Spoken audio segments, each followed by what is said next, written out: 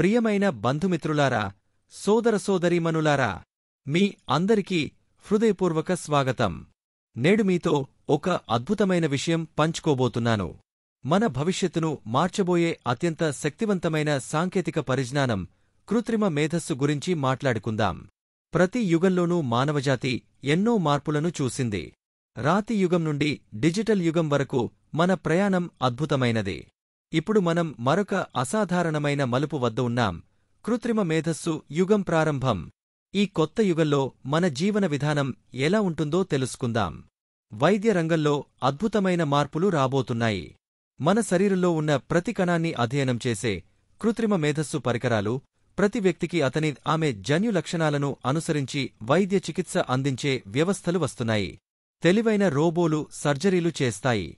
వ్యాధులను ముందుగానే గుర్తించి నివారణ చర్యలు చెబుతాయి.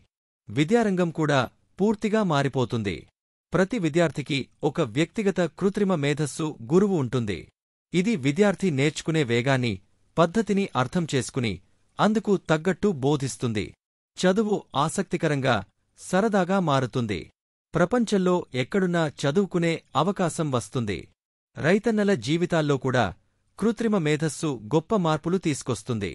తెలివైన సెన్సర్లు భూమి స్థితిని, నీటి అవసరాలను, ఎరువుల అవసరాలను ఖచ్చితంగా చెబుతాయి. పంటల దిగుబడి పెరుగుతుంది, ఖర్చులు తగ్గుతాయి. వాతావరణ మార్పులను ముందుగానే అంచనా వేసి హెచ్చరికలు ఇస్తాయి. ప్రయాణాలు మరింత సురక్షితం అవుతాయి.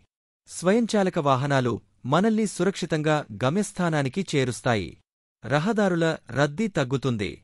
ప్రయాణ సమయంలో మనం పని చేసుకోవచ్చు, విశ్రాంతి తీసుకోవచ్చు. మన ఇళ్ళు తెలివైన ఇళ్లుగా మారతాయి. ఇంట్లో ఉన్న పరికరాలన్నీ ఒకదానితో ఒకటి మాట్లాడుకుంటాయి. మన అవసరాలను ముందుగానే గ్రహించి స్పందిస్తాయి. విద్యుత్ వృధా తగ్గుతుంది, భద్రత పెరుగుతుంది. ఈ మార్పులతో పాటు కొన్ని సవాళ్లు కూడా ఎదురవుతాయి. కొత్త రకాల ఉద్యోగాలు పుట్టుకొస్తాయి, కొన్ని పాత ఉద్యోగాలు అంతరించిపోతాయి. అందుకే మనం కొత్త నైపుణ్యాలు నేర్చుకోవాలి. కృత్రిమ మేధస్సును అర్థం చేసుకుని దానితో కలిసి పనిచేయగలగాలి. ఈ కొత్త సాంకేతిక పరిజ్ఞానాన్ని సమాజ శ్రేయస్సు కోసం ఉపయోగించాలి. పర్యావరణ పరిరక్షణ, ప్రజా సంక్షేమం, మానవ హక్కుల పరిరక్షణ వంటి అంశాలపై దృష్టి పెట్టాలి.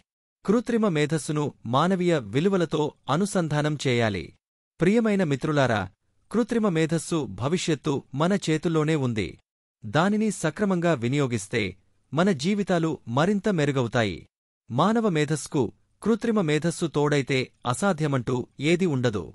కృత్రిమ మేధస్సును మన సేవకునిగా కాక సహచరునిగా భావించాలి. దాని శక్తిని గుర్తించి దానిని మానవ ప్రగతికి వినియోగించాలి. అప్పుడే మనం నిజమైన అభివృద్ధిని సాధించగలం.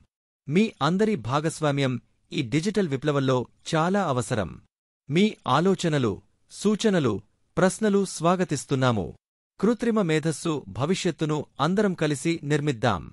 ఈ చర్చలో పాల్గొన్నందుకు మీ అందరికీ హృదయపూర్వక ధన్యవాదాలు.